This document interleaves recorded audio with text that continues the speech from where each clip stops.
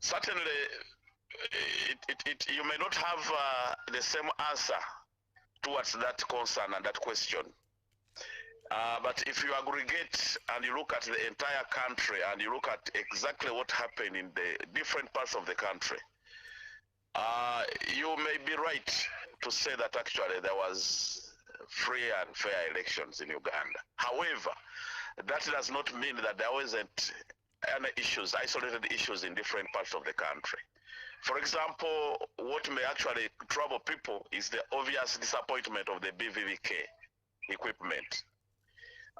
Voting took place in places, in different places. Voting started quite late because of that mishap, but it was covered up by the Electoral Commission extending the time of stopping to vote in a bid to compensate for the time which had been lost. And in other instances, in other isolated instances, we also witnessed some high-handedness of security officials. Of course, there are different players who are still not so satisfied. But like I said, that is a relative question, and it depends on the mindset and how you appreciate the situation. I imagine that was a free and fair election, in my opinion. Right. Staying with you, Mugweri, what is your view rather, on the total number of voter turnout versus those that registered to vote? When you look at, there was a challenge, and I think that challenge of voter turnout being low was caused by the disappointment of the BVVK equipment in the morning. Initially, voters had actually turned up in big numbers to come and vote, so that they can go back and do their other business. But after, you can imagine, after a voter presenting himself or herself at the polling station at 7 a.m. and voting starts at 11 in some other places, most especially up country, where even the communication from the Electoral Commission authorizing people to vote without necessarily going through the BVVK kit. It came in later and people were disappointed a bit. I think that is what caused the number of voters to reduce. Right. Thank you very much on that. But let's now come to you, Chigozi. From your observation and conclusion, I believe you took note of the numbers that voted. Yes, statistically, as opposed to those that registered. Yeah. As an observer, what do you have to say about it? What do you think halted, or rather led to this statistic at the end of it? Well, like Comrade Mugari has just mentioned, personally I was on ground, and most of the people, actually, the voters, were at polling stations as early as 6 a.m. in the morning. So they waited and waited, and when it comes to upcountry, remember we were limited in terms of communication. The internet was cut off, so communication was a bit a hindrance. So if people were at the polling station as early as 6 and voting started at 8, by 7:30 or by 8, most of the people were frustrated. Actually, at certain polling stations, I overheard people saying that I was here as early as 6. Now I left my my crops. I had to maybe lay them into the sun so that they dry, and I've been here for the last 3 hours. And when most of them went back, they never came back to do what? To vote. So I think this amounted to the fact that we had few voter turn-up compared to the number of registered voters, because we had around 21.6 million actually registered voters. And when you go to the statistics by the Electoral Commission, courtesy of votes cast versus the registered voters, the numbers are really, really low. So the fact that the BVVK kits never worked caused a major low turn-up in terms of the voters coming on board.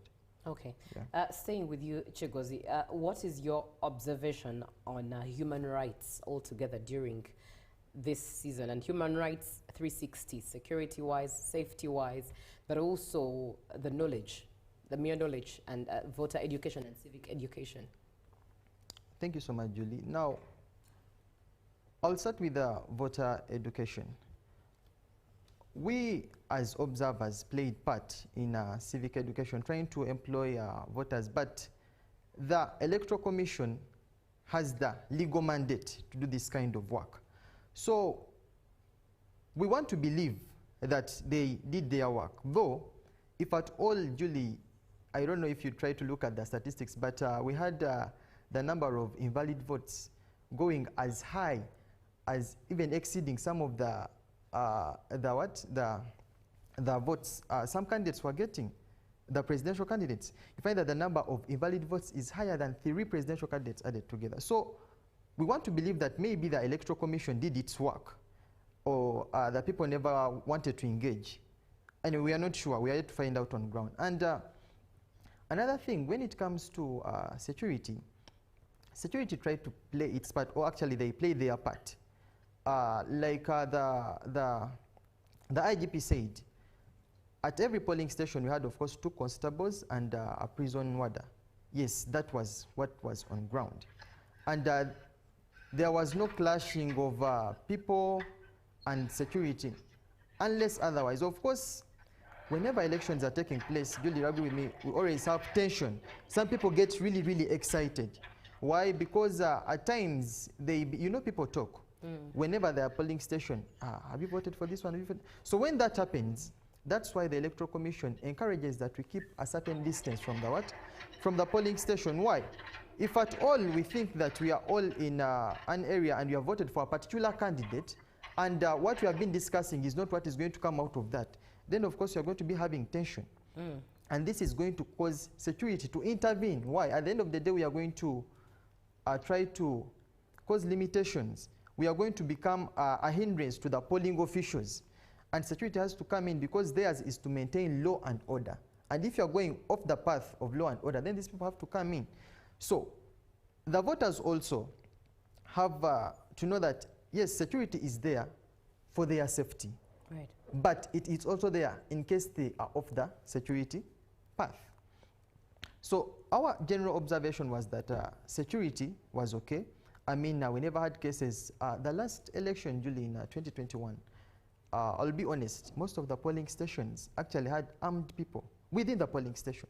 And trust me, that has not been the case this particular election. Like the IGP communicated, because I happen to have traveled all the way from Luwero up to Gulu City. So I reached out to a number of polling stations, around 20 different districts along that road. So the way the IGP mentioned is exactly what was on ground. It is only in areas, maybe central and other areas, where people try to get excited and go off the path of the law, that security maybe tries to intervene. So yes, voters have to understand that security is not there to always clash with them. They only come in to, because I don't think, Julie, a security officer can just come up to you and maybe they hit you with a stick, or they slap you, or they start firing gunshots. It's when it's uncalled for, actually, when it's not necessary. But it happens if there need be. Why? Because at the end of the day, people are going to experience losses. Actually, I was passing by a Chebando when we were coming back, and there were people vandalizing people's cars. You can imagine. That is uncalled for. We don't need that excitement. Why would you stone a person's car? Why? So security has to come in for such individuals. And also protect this person, because at the moment this person feels threatened. Right. Yeah. Mugweri, voter education is part of Uganda's civic right. Do you think it was enough? Julie and our dear viewers, I want to make this one categorically very clear that we need to do a lot. We still have a lot of work to do. I had imagined that actually we had done quite a commendable job on behalf of the Electoral Commission. But what I realized when you look at the mistakes which were made by the voters, which caused quite a big number of invalid votes, it signals that actually we either started the work late, and possibly we need to improve more. Electoral Commission should take this very, very seriously. One thing I realize, even us who have conducted voter education, it has actually been quite enormous. It has been quite challenging. I think the government of the Republic of Uganda must deliberately have a provision in the budget to ensure that citizens are civilized, are sensitized, are educated on their rights and how to exercise their rights.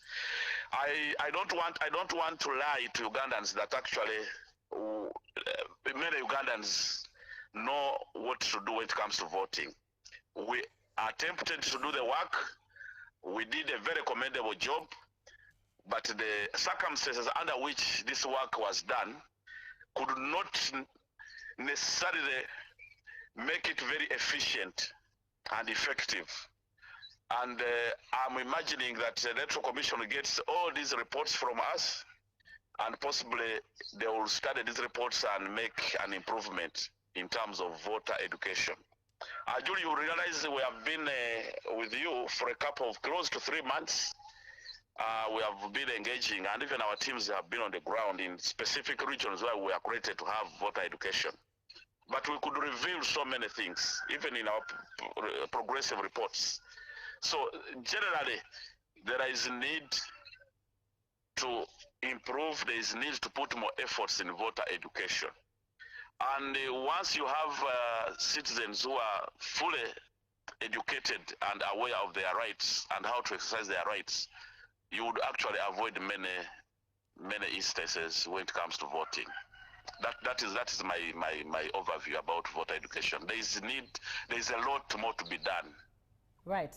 Thank you very much. In case you're just joining in, we're having a conversation on what observers really say about the just concluded elections, presidential and members of parliament elections that we had last week on Thursday. Of course, it was quite the process from Thursday into vote counting, into eventually announcing the result of those who had won lost seats, and of course those who had gained their positions as they took them on as candidates.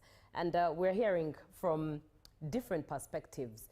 My guests this morning, Chigozi Hussein, who is an election observer with Global Election Observation Missions, and Mugweri Geoffrey, who is the PRO of 3N Consultancy, a firm that indeed the EC mandated to handle voter education in Uganda. We've been with them for the last couple of months as they've engaged in voter sensitization here on UBC TV almost every week.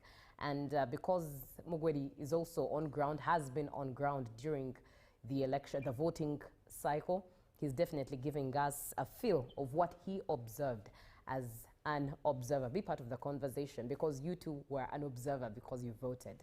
0709 602 592 via WhatsApp. If you are safely using your VPN, please do engage. But you can also send a text message via the same number. And let's have this conversation. Chigozi, let's talk about your job. Were there any limitations as you did your job? No, to be honest, I don't think so, because we as observers are mandated to do this work. We don't just come out of the blue. When you go to the Constitution of Uganda, we are actually permitted by the Presidential Act, Parliamentary Act, and the Electoral Commission Act. All these are laws that mandate us as observers to be accredited by the Electoral Commission, provided the minimum requirements are met.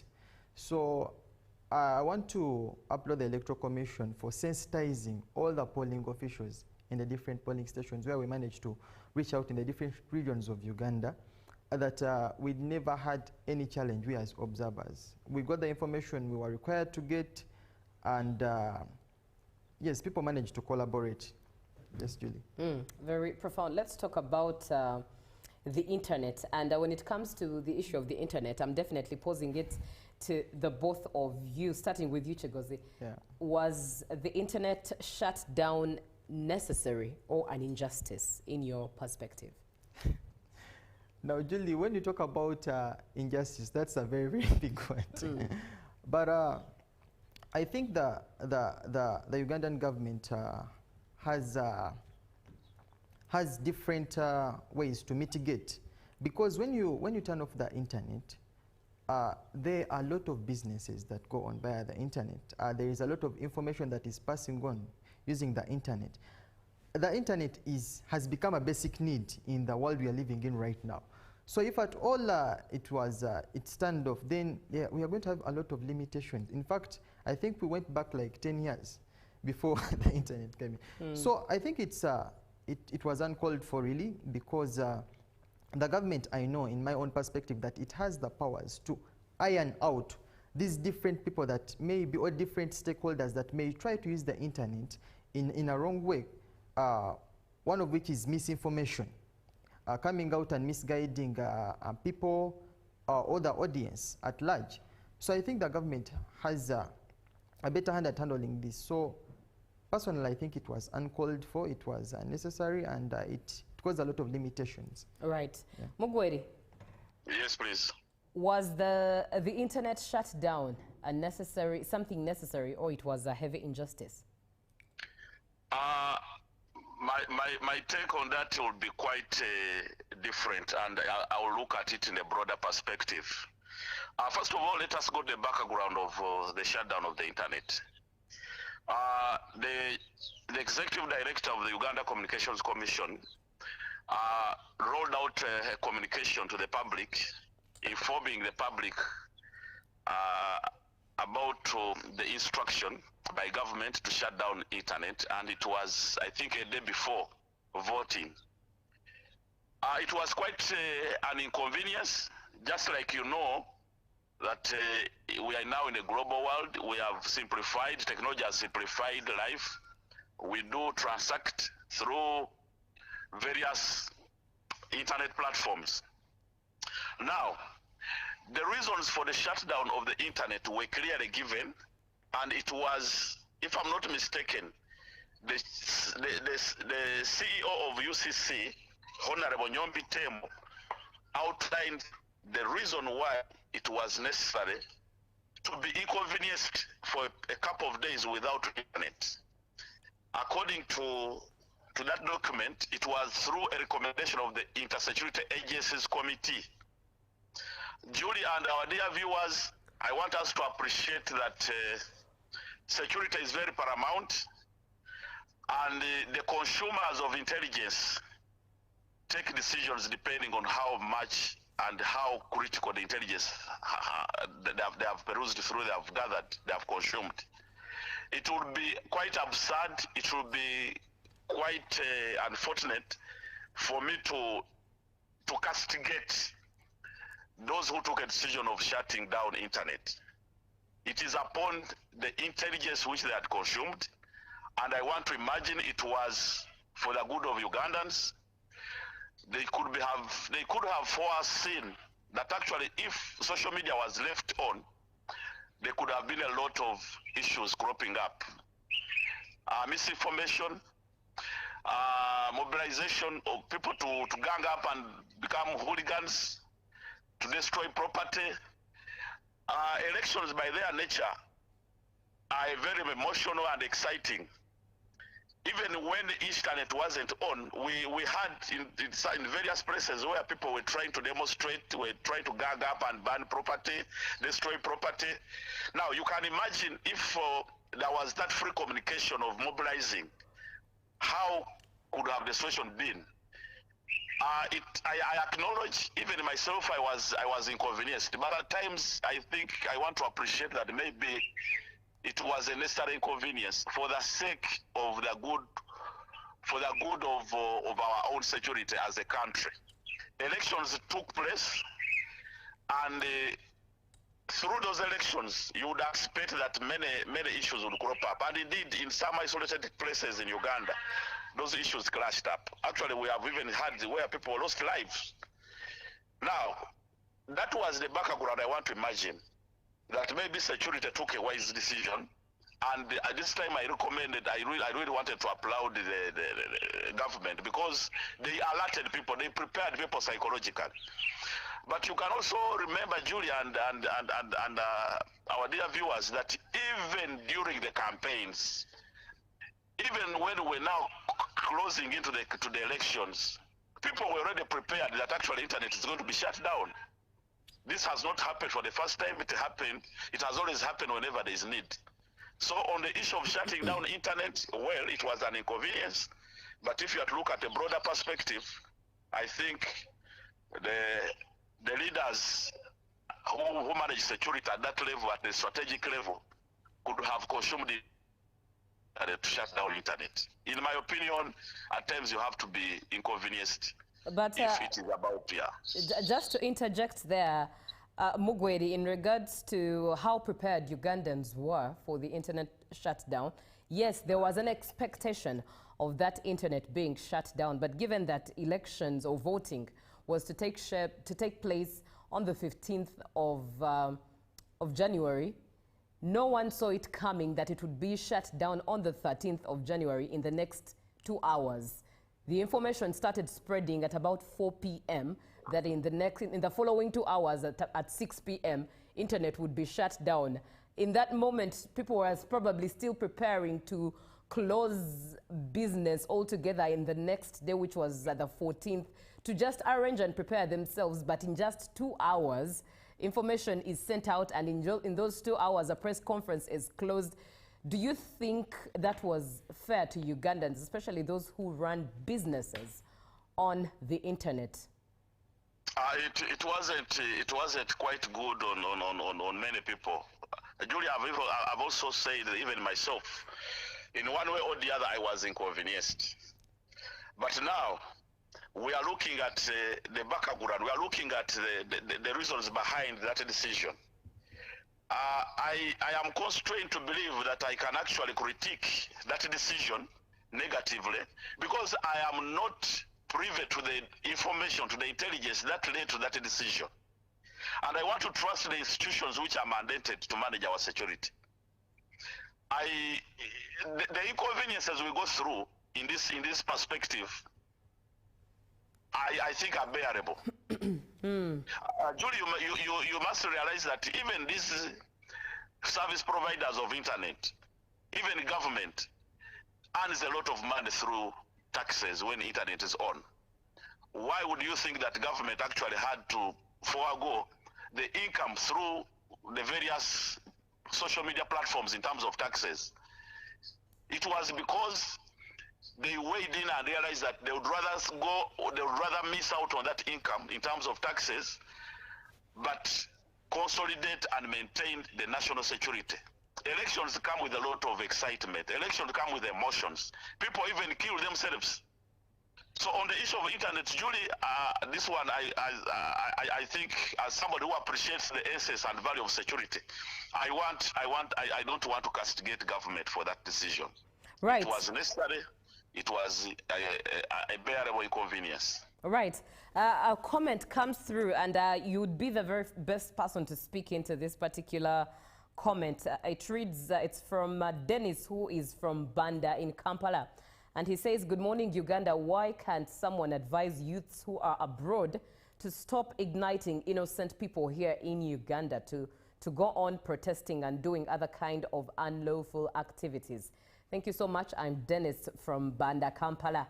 And I believe amongst the three of us, you're the one with the stature to speak into this particular comment. I want to appreciate Dennis for that wonderful insight. Now, I think those are the reasons why the government took a decision to temporarily shut down the internet. There are people who are actually even out of the country, but they are busy inciting Ugandans to demonstrate, to risk their lives because of the excitement and emotions that come with elections. Now, you can imagine if there was that free communication of social media. Somebody is in the US, somebody is in the UK, somebody is actually, his or her own life is completely secure, but he or she is busy inciting and influencing innocent Ugandans to convene and involve themselves in reckless activities that may risk their lives.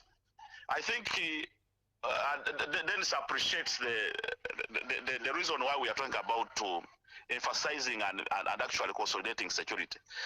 If that social media is not controlled, is not used properly, there will be issues. Maybe if I'm to go a little deeper into that, I think shutting down internet wouldn't actually create a lot of issues if we organized ourselves very well. Probably what caused the people to even think that the shutdown of internet was with ill motives is because there are certain things which didn't move on well.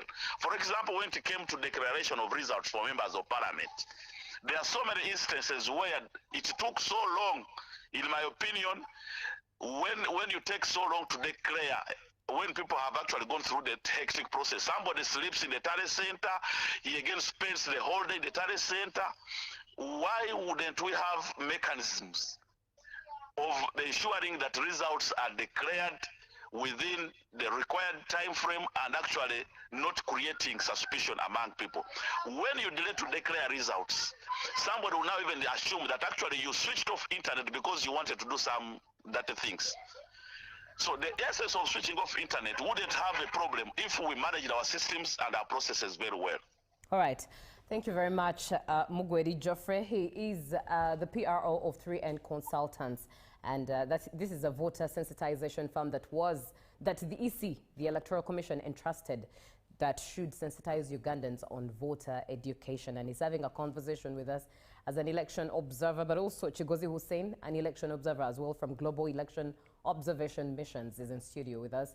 Mugwedi is over the phone, and we are looking at what observers have to say about the just concluded elections of presidency and members of parliament here in Uganda. Be part of the conversation, 0709 602 592. Chigozi, yes, let's talk about interpretation of results. In your perspective as an observer, were they inclusive, especially for special interest groups like people with disabilities? Yeah, thank you so much, Julia. I believe the PWDs, or people with disabilities, were catered for as far as the election process is concerned. The Electoral Commission provides a platform for such people, and not only people with disabilities, but talk about expectant mothers also. So during the election process, first of all, we want to appreciate the Electoral Commission for giving platform to these people, because I think they could come out and say that people with disabilities don't have the right to exercise their constitutional right to vote. But the fact that they also are given a platform to come out and vote, I strongly believe that the Electoral Commission should be appreciated for exercising this.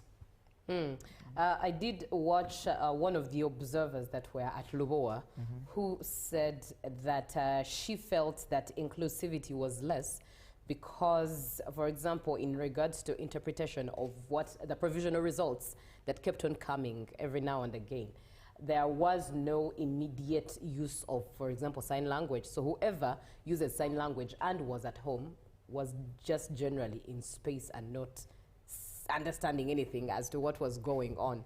And she felt that there was not as much inclusivity for special interest groups as expected. Well, I think now this has to go to the Electoral Commission. It's a loophole that they have to look into, because during our briefing at Mist Hill Hotel, we as observers, this was a question that was actually raised by one of the observers from a certain entity. And the Lord here made it loud and clear that people with disabilities will be catered for. There will be a person to interpret for the people at home. Though I'm not so certain if there are people who are deaf and they are only limited to radios, then how are they going to be getting these results? So I think that, like Comrade Mugwedi said, it's the Electoral Commission should devise mechanisms that are better or more profound to see that such people are catered for, even when they are not in the reach of the tally center, because not everybody is going to be mandated to be at the tally center or to be accessing these results. So I think the Electoral Commission should come up with mechanisms or should devise ways so that people at home or any other place or in the diaspora and they are Ugandans, they should be getting whatever is happening on board. Yeah. Indeed. On that note, let's indeed continue into what suggestions you think the Electoral Commission should improve on, what improvements should take shape. But let's first read a comment that's coming through from Joseph. Thank you, presenters who are on the show. This is Joseph from Katakwi. Really, people were very disappointed with the BVVKs. How did these machines fail to work? And yet, with the Electoral Commission, when the Electoral Commission was launching those machines, they were saying that they were 100% good, and they even sampled them. But surprisingly, on the day of voting, the machines refused to work, and yet they invested taxpayers' money to purchase those machines, and due to the failure of those machines, people lost interest in voting. That's why you see the low turnout of the voters. People said that is the logic behind the low voter turnout. Thank you, Joseph, indeed, for getting in touch, and what you submit does make a lot of sense. In that same spirit going on, Chigozi, what needs to be improved by the Electoral Commission? Well, Julie, we as observers, we first of all, we observe the whole election process. And when we do that, of course, we look at a lot of things. We look at security, we look at how the voters are being handled, we look at the candidates, we look at media, a lot of things. In fact, all the stakeholders that are involved, political parties. So at the end of the day, after making our findings, we go back and make reports. Now, I cannot mention what is going to be in the reports here on air. No, that's against my, actually against the principles or rules that govern the institution I'm voluntarily working for. But I want to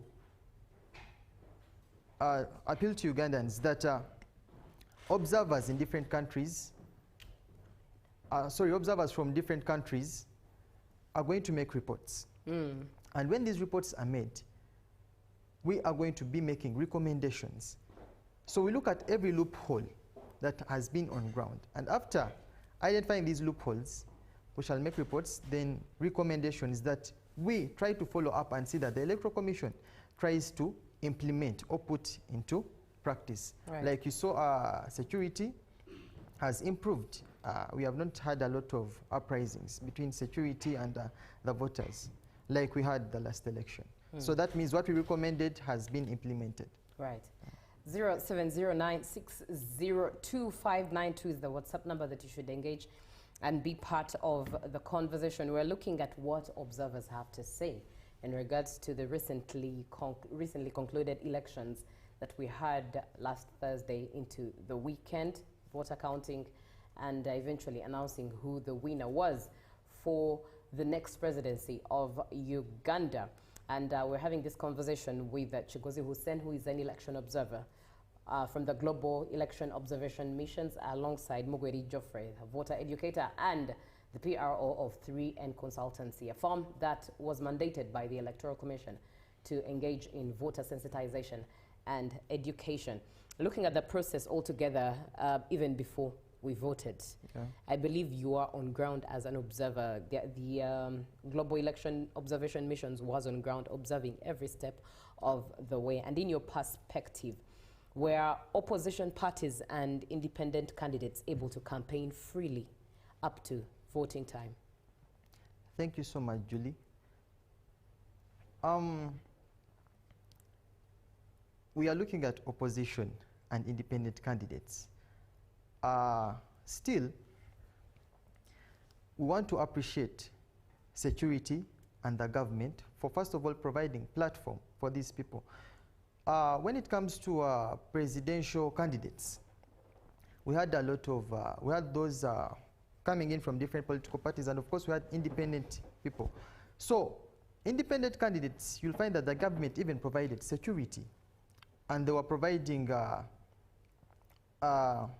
assistance where need be. So, and when it comes to opposition, we have people, of course, in government, and we have those in opposition.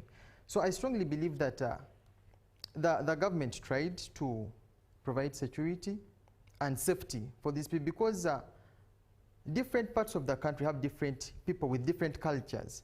So there are people who are not used to seeing people coming in from outside. So security is there to protect and maintain law and order. So I believe, yeah, the security was there and was provided to the independents. Because when you look at the statistics, by the way, Julie, the number of independent members of parliament is higher than those in some political parties. So if at all they never campaigned freely, then they wouldn't be going to parliament. Yeah. As observers, were you availed full access to results, gathering, tallying, and transmission procedures? Yes, we were, because we are accredited by the Electoral Commission to do so. So we were, like I told you earlier, we never had any hindrance as far as gathering information from the field is required. The Electoral Commission did a very, very good job of sensitizing the officials on ground. So when we came on board, they were very, very cooperative, and I applaud the Electoral Commission for that. Is there a chance that you had your own independent tallies or, I don't know, results or gatherings compared to the Electoral Commission, and you are allowed to show them and compare notes? No, that is something that I cannot speak Reveal. on air. Yeah. Right. We're having a conversation on what observers have to say after the general election. 0709-602-592. It's the WhatsApp number that you should engage, and we're about to, indeed, we're starting to roll this conversation out of the living room, but feel free to engage as fast as possible before we eventually close this. But in your perspective, Chigozi, altogether, what would your parting shot be? Thank you so much, Julie. Now, I strongly appeal to Ugandans viewing UBC that the election process is still ongoing. We have just started. And it's indeed causing a lot of tension, a lot of excitement. You know, there are people who are really happy. There are people who are celebrating in different areas of the country. But let us celebrate within the law. Please ensure that you are not caught off the wrong path. You're not caught on the wrong path of the law. Otherwise, you'll be apprehended. The spokesperson for police has been on air, and he has been emphasizing the do's and don'ts of the Ugandan people. So please, remain calm, remain humble, remain peaceful. The people that are trying to instigate violence into us, more so the youth, actually, this message goes to the youth. Please and please don't be like, we are in an era whereby we have learned, we are acknowledged actually. So there is no need of someone instigating violence into you, going on the streets and doing vandalism. The country you are ruining, we built, and it takes years. So if at all you vandalize something, that is going to cost still taxpayers' money, which tax we are paying. So at the end of the day, instead of working on other things, what is going to happen? They are still going to work on this that you have vandalized. So this is really uncalled for. There is no need of aggression, interfering with security and each and everything. You don't need to kill a fellow person because they voted for another candidate. Elections are here today, but there is life after elections. So I urge Ugandans to remain calm, remain humble and peaceful. Right. Uganda stays even after elections. So stay calm, stay peaceful, stay humble. Pardon me, that is a message from Chigozi Hussein, an election observer from the Global Election Observation Missions. We did have Mugweri Geoffrey over the phone, but unfortunately we lost connection with him. But indeed, he at least spoke the best he could in regards to what his mind had to say on the different issues that we tackled this morning. Well, that brings us to the end of this conversation and of Good Morning Uganda. From me to you, stay blessed, and let's do this again tomorrow. Good morning.